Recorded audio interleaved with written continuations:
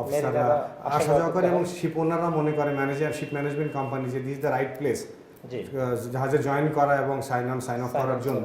কিন্তু দেখা যাচ্ছে যে এখানে বিষয় যেটা করা যায় না করা গেলে এটা তো তাদের একটা প্রতিবন্ধকতা। তখন তারা মনে করে যে বাংলাদেশি অফিসার নিয়ে তো আমাদের সমস্যায় পড়তে হয়, দরকারটা কি, সেটা বিরাট একটা সমস্যা। তো এটা নিয়ে তো প্রায় গত 2 বছর থেকে কাজ চলতেছে। সিঙ্গাপুরে আমাদের যে কমিউনিটি আছে, মেরিনার্স কমিউনিটি, তারা চেষ্টা করতেছেন, সবই হচ্ছে, কিন্তু ব্যাপারটা দেখা যাচ্ছে যে অনেক জটিল এবং এটার সাথে ইন্টারন্যাশনাল পলিটিক্স জড়িত। যেমন সিঙ্গাপুর আমেরিকার যে পলিসি ফলো করে অনেকটা সেই পলিসি ফলো করে, এবং সেই ক্ষেত্রে যেহেতু আমাদের বাংলাদেশিদের আমেরিকান ভিসা পাওয়ার ক্ষেত্রে অনেকটা রেস্ট্রিকশন যতটা আছে ঠিক সিঙ্গাপুর তাই, এবং আমাদেরকে বাংলাদেশের ক্যাটাগরি 2-তে করে রাখছে। ক্যাটাগরি 2-র জন্য মেরিনারদের তো একটা সহজ রাইট, এই কথাটা বোঝানো যাচ্ছে না, বা বোঝানোতে আমাদের সরকারের তরফ থেকে হোক লোকালি, যে বাংলাদেশের প্লেন যখন সিঙ্গাপুরে যাচ্ছে তার পাইলটরা বা কেবিন ক্রু তারা কি ওখানে হোটেলে থাকে না 1 দিন বা 2 দিন, তারপর আবার তারা জয়েন করতেছে না, দুবাই যেটা হচ্ছে না। তো তারা যে সিস্টেমে ট্রানজিট হিসেবে যাচ্ছে, তো আমরা কেন সেইভাবে আমরা যে প্লেন থেকে নেমে হয় 1 দিন হোটেল থেকে জাহাজে জয়েন করতে যাবে, আবার জাহাজ থেকে নেমে ডাইরেক্ট এয়ারপোর্টেও আসতে পারে, অথবা 1 দিন হোটেলে থেকে আসতে পারে। এগুলো মেরিনারদের জন্য তো আগে ছিল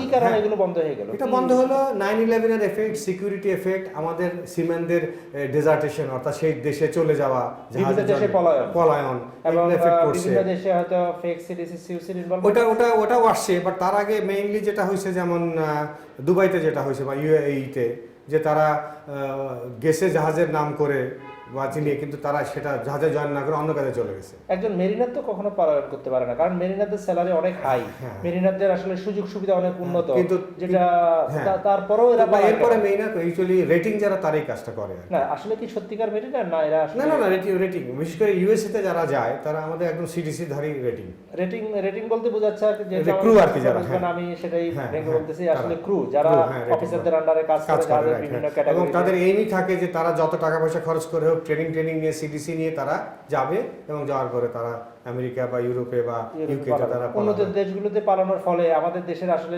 যারা দীর্ঘদিন থেকে ম্যানিং পেশায় জড়িত তারা বিভিন্নভাবে ক্ষতিগ্রস্ত হচ্ছে। আর একবার যখন কোনো ম্যানিং কোম্পানি, যারা ম্যানিং এজেন্সি, তারা ক্ষতিগ্রস্ত হয়, তখন আসলে তারা রিকভার করতে পারে না। এটা এই ব্যাড ডেমা রিকভার করা যায় না। আচ্ছা। তো এটা একটা ব্যাপার, এবং এটার জন্য যেটা করার দরকার, একটা আইনও আছে যে তাদের প্যারেন্টসকে তাদের থেকে বন্ড নেওয়া যেতে পারে, তাদের থেকে তাদের বাপ মা বা আত্মীয় স্বজন তাদেরকে দায়ী করা যেতে পারে, এরকম একটা বাধ্যবাধকতা আনার চেষ্টা করা হচ্ছে, এবং এটা ইমপ্লিমেন্ট করলে হয়তো কিছুটা কমে আসবে। বিমানের পাইলট বা কেবিন ক্রু যদি একটা দেশে থেকে আবার সেই দেশ থেকে ফেরত আসতে পারে, তার তো থাকতে যাচ্ছে না, সেটা যদি আমরা সেইভাবে স্পেশাল পাই, অথবা আরেকটা জিনিস যেটা করা যেতে পারে, ইউএসএ যেটা করতেছে এখন, আপনাকে 5 বছরের একটা ভিসা দিয়ে দিচ্ছে, সিফেয়ারার্স ভিসা।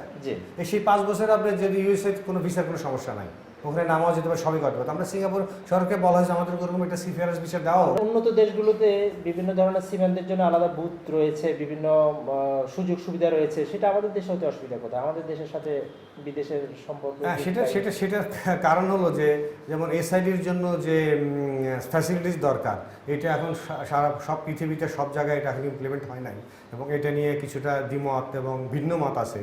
এবং সেটা এই মাসের 12 তারিখে জেনেভাতে একটা মিটিং ছিল, যে এই ভিন্ন মত যাতে একটা জায়গায় আসা যায় এবং সিফেয়ারদের এই শোর লিভ এবং সাইনের প্রতি সমস্যা না হয়।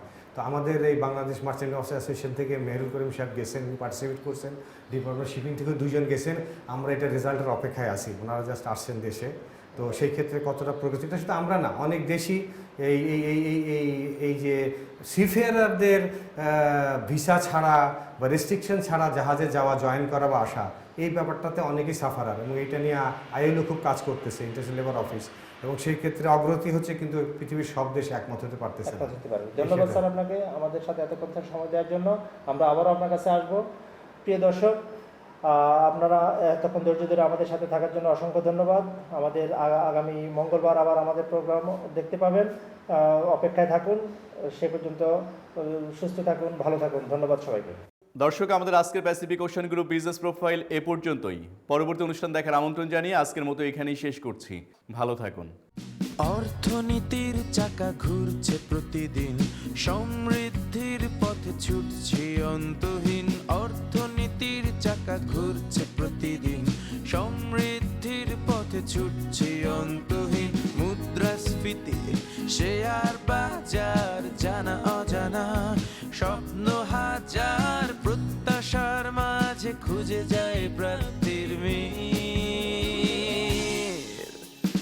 এই নিয়ে আমাদের business profile, business profile, business